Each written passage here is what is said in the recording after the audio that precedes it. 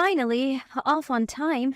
Great job, me, I said, standing up from my desk. Working in sales overtime is not uncommon for me, but today, I was determined to leave right on time. Why? Because my favorite actor's starring drama was premiering tonight. I had to watch it live. With that thought, I left the office in high spirits. My husband should be cooking dinner, so I planned to eat and relax before the drama started. Oh, maybe I could enjoy a drink too. At home, I just want to unwind with my husband. Lounging on the sofa and watching TV is the best. I wanted to tell my overly excited self to calm down a bit. If only I could have a glimpse of the future at that moment, things might have turned out differently. My name is Alicia.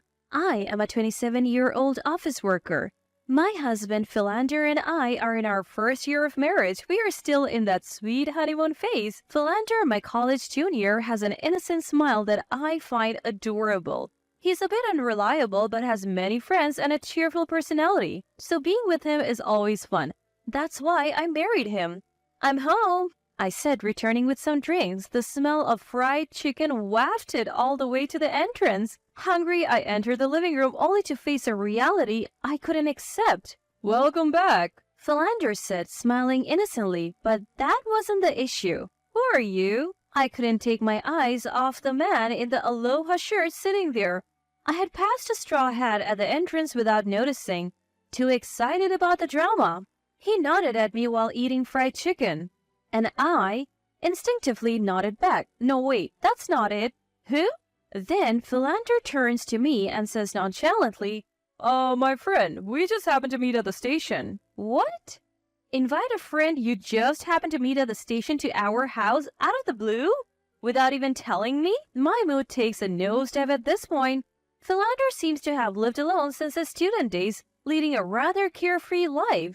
He has many friends, so he often stayed at their houses or invited them over. Even after marriage, this kind of things happens frequently. Moreover, most of these people are strangers to me. Sometimes there are even girls among them. I take Philander to another room and confront him. What's going on? You know you should tell me in advance if you're inviting someone over. But I just happened to meet them, so I couldn't tell you in advance. Then don't invite friends you just happened to meet to our house, understand? I feel like I'm lecturing a grade school child. I had a lot to talk about since I haven't seen them in a while, so I brought them here. Then go out for drinks or something. But it was my turn to make dinner. Is he serious? No. Is he really serious? Sometimes I just don't understand Philander's way of thinking. You could say he's earnest or inflexible, something like that. As this is going on, it's almost time for our favorite TV show. I sigh and decide to retreat to my room. Give me some dinner. With that, Philander scratches his head and says, I ate it all. I couldn't find his childlike gesture endearing, and I raised my voice without thinking. If you eat it all, it's pointless. Oh, I'm hungry. This happens at least once a month. I'm getting tired of getting angry every time. Did we rush into marriage? The next day, Philander comes home and we talk. I tell him I don't want strangers in our house, that I have said it many times, and if it continues, I'll consider divorce. Divorce? Philander is visibly shaken. It's only natural. I've told you many times. Also, please put in this month's living expenses soon. And you often invite friends but don't charge them for food, right? You should cover that cost, Philander. I'll cook, but I won't clean up. Don't make me say the same thing over and over. Then Philander nods sullenly. Will he understand now? Surely peaceful times will come now. A month later, when I come home from work and enter the entrance, I see unfamiliar bags and hats. No way. I rush to open the living room door and there are strangers again. Welcome back. Philander greets me with an unapologetic smile. My anger explodes. What's going on here? Everyone is taken aback and the atmosphere becomes tense. But I don't care. I have told you to stop this. Philander and his two friends visibly flinch. As I approach Philander, his friends quickly leave. I told you last time, right? You didn't forget what I said, did you? I said if it happens again, we are getting a divorce. Philander tries to calm me down, but I can't take it anymore. Don't you understand how it feels to come home from work and finally relax? I can't relax with strangers around, can I? They might be your friends, Philander, but they're strangers to me. I don't even know them. Why don't you understand? Then Philander starts making excuses. But Alicia, I thought it would be fun to have a lively house, and since I was on dinner duty, I thought it would be okay. Unable to control my anger, I smile. Understood. With that, I retreat to my room. The next day, I leave for work and head to the government office. Naturally, I'm going to get divorce papers. I fill in my name on the spot and head home. I wake up the sleeping Philander and thrust the divorce papers at him. What? What's this? Divorce papers? Huh? Philander is in a panic, but I have no sympathy left for him. I'm calling the movers to take my stuff. With that, I contact the moving company I booked yesterday, and they're ready to come right away. Wait a minute, what's going on? What's happening? Not understanding the situation, Philander continues to panic. I tell him, let's get a divorce. Despite saying that, he keeps asking why and how, and I couldn't take it anymore. I told you if it happened again, we would get a divorce. I have expressed my feelings, haven't I? How many times do I have to say it? I can't go on with you. Let's get a divorce. After saying it once more, Philander finally seems to understand and his face turns pale. He apologizes repeatedly, trying to gain forgiveness. I'm sorry, really sorry. Please reconsider. How can I live without Alicia?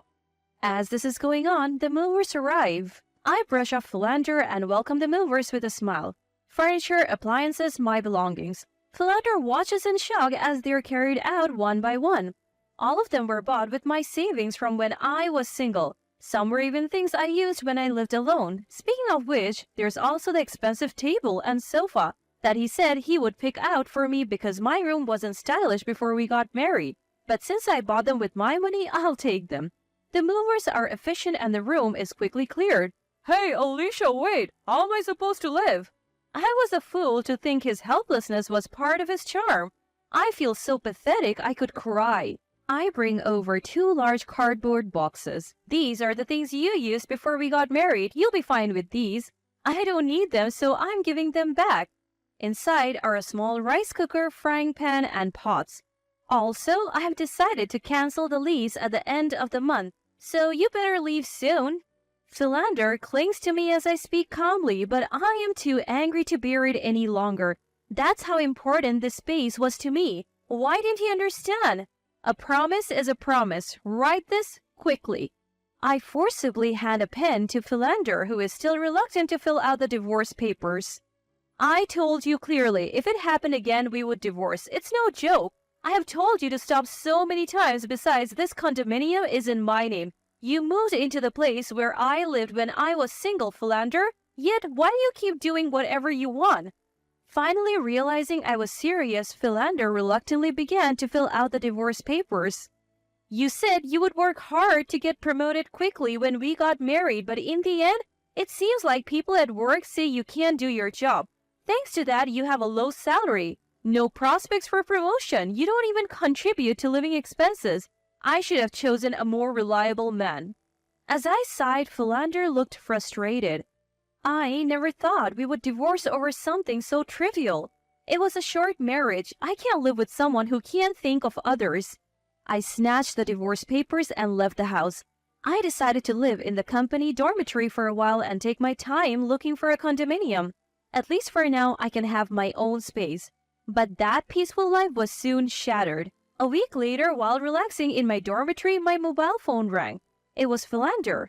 I answered the phone, annoyed, and he said he wanted to talk and asked me to meet him.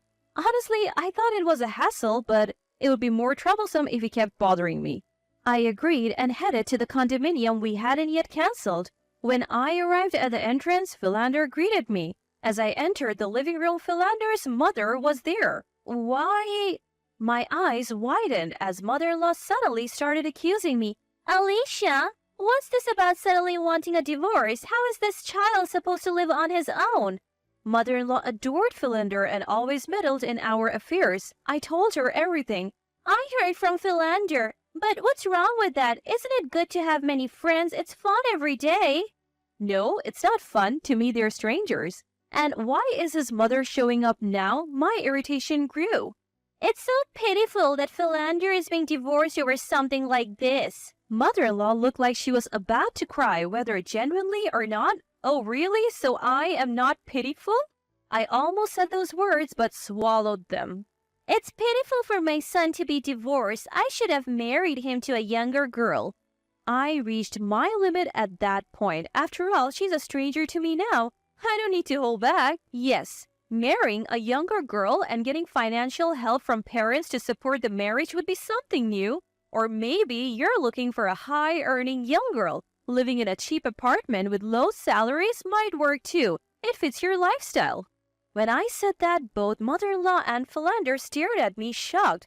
From the beginning, Philander wanted to live in a nice condominium, wanted stylish furnitures, and had desires he couldn't fulfill with his earnings. So I contributed more to living expenses. I thought it was okay since we were married, but inviting various friends into our space without any consultation is beyond common sense, don't you think? I glared and mother-in-law looked away.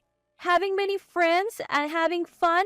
Do you really think so? If you do, shall I bring my friends to your house and suddenly drop in? I'll visit suddenly when you're relaxing, mother-in-law. Mother-in-law shook her head, trembling. Then you understand how I feel, right? You can't say such things because it's not your business. I turned to Philander. And Philander, remember when you said you didn't want me to invite my friends over because you didn't know them? You didn't come home all day that time, did you? I've always felt that way. Why don't you understand? I clearly remembered something I had almost forgotten. Philander looked guilty. So why did you bring mother-in-law here? Did you think you could persuade me and live a wealthy life again? Finally, Philander spoke. But we said we'd be together forever when we got married. Wasn't it fun being with me? Is he a child? I was shocked and appalled by his unexpected words. You can't live a married life based on whether it's fun or not, right? I felt a strange calmness, having moved beyond anger. I sighed heavily.